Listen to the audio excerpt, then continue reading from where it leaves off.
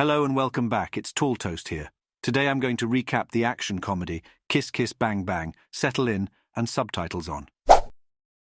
In the opening scene, amateur thief Harry Lockhart is in the middle of a burglary, when suddenly the alarm gets triggered. He takes off running and is forced to leave his friend behind, who gets caught by the police.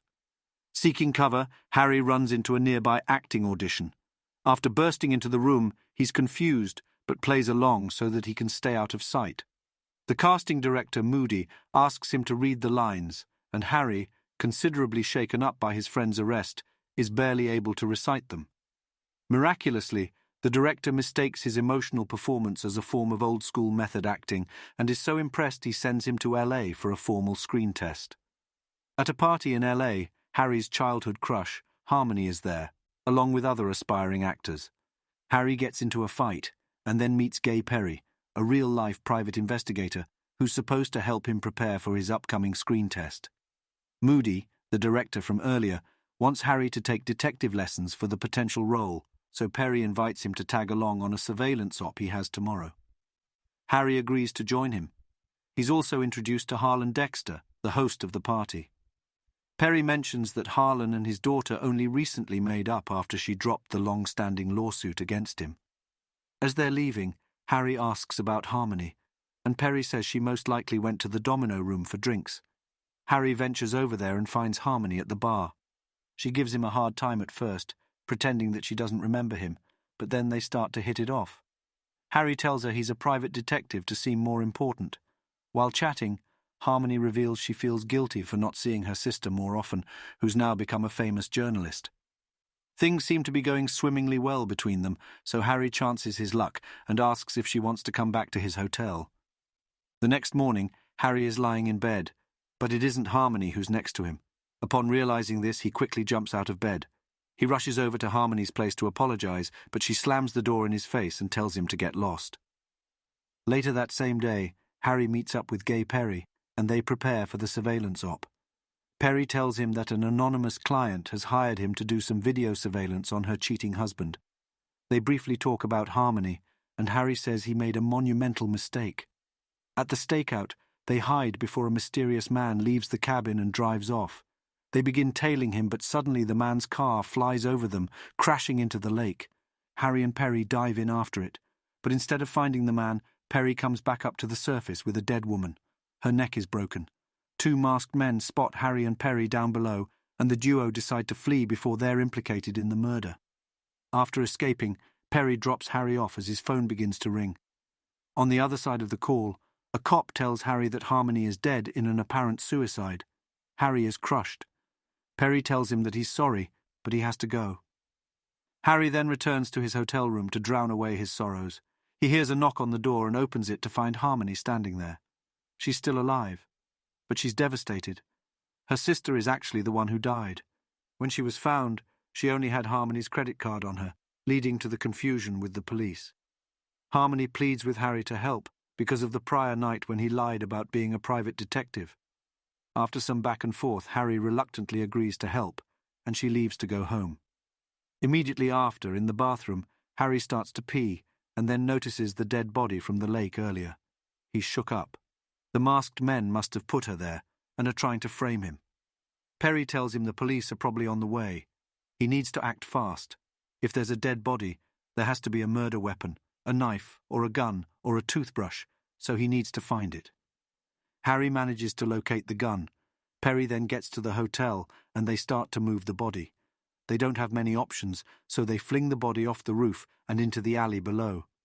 In the alley, they're almost caught by the police, but Perry pulls Harry in for a kiss, and the police move on. They dump the body to round off the night. The next morning, Harry meets up with Harmony. She tells him the last she heard, her sister was working on a career case to take down a famous Hollywood actor. Perry gives Harry a call and tells him to take a look at the morning news. The woman's body has been found. Her name is revealed to be Veronica Dexter, the daughter of Harlan Dexter, the host whose party Harry attended a few nights ago.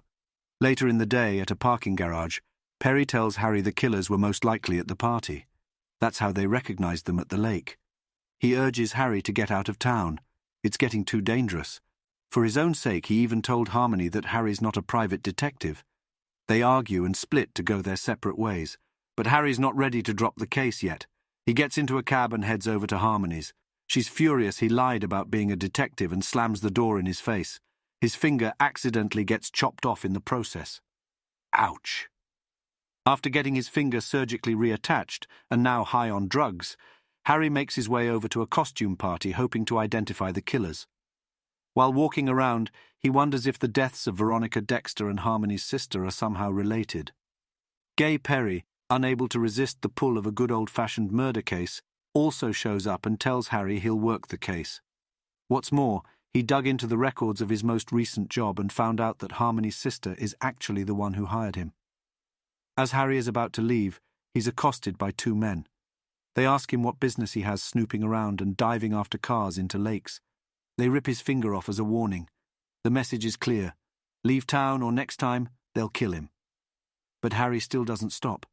In the next scene, he heads over to Harmony's sister's place. Hearing two people talk, he quickly hides under the bed. As he stays hidden, a woman with pink hair is killed right in front of him. Sometime later, thinking the coast is clear, he gets up, but the killer has returned with supplies to dispose of the body. In a rage of fury, Harry pulls the trigger several times and kills the man. He then wipes the gun down and leaves it with the dead girl, making it look like she did it. Following that, he regroups with the team.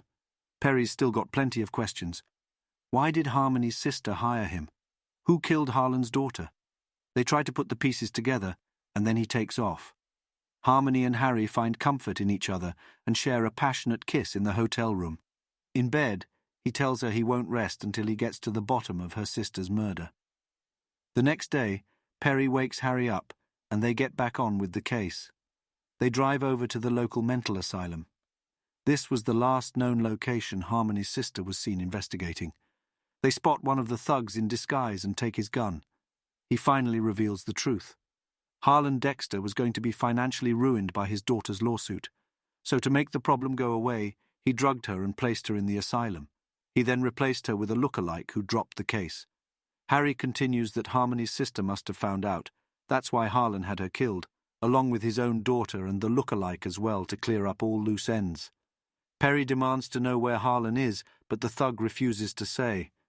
Harry then gets annoyed and decides to play Russian roulette to intimidate him. Instead of drawing a blank, however, he accidentally shoots the man in the head. They start to bury the body, but Harlan and another thug show up and take them hostage. The man asks if anyone else knows the truth, and then proceeds to electrocute and torture Harry. Gay Perry covertly pulls a gun out of his pants and manages to shoot the assailant. Meanwhile, Harlan chases after Harmony in a van to finally finish the job. He rams into her, and the van flips over. She barely manages to escape and jumps over the bridge, but she's hurt. Gay Perry then gets shot as he defends Harry from another attacker. Harry spots one of the thugs driving across the grass towards Harmony, so he tries to stop him, but he's rammed over the bridge by Harlan. Barely managing to hang on, he catches the falling gun and then shoots Harlan just in time. He drops onto the incoming car below and takes out the final two bad henchmen. He stumbles over to Harmony and passes out on her chest. In the next scene, we see Harry in the hospital where he's visited by Harmony and Gay Perry, who also survived but is confined to a wheelchair. Perry wraps up the case by telling Harmony that her sister was good. Very good. She figured out what Harlan was up to, but she needed the final bit of proof. She hired him after becoming afraid that Harlan was onto her. The night Perry and Harry went to do the surveillance operation at the cabin, Harlan was there with the look-alike. The video footage would have been enough evidence to have him arrested, but tragically, Harlan had already put the plan into motion to clear up all of the loose ends, including the girl with the pink wig. Harmony tears up and says that she wished her sister could have trusted her, and maybe things would have been different. Later, Harry is seen helping Perry leave the hospital. Perry tells him his robbery days are over, and from now on he'll be working with him, this time as a real private detective.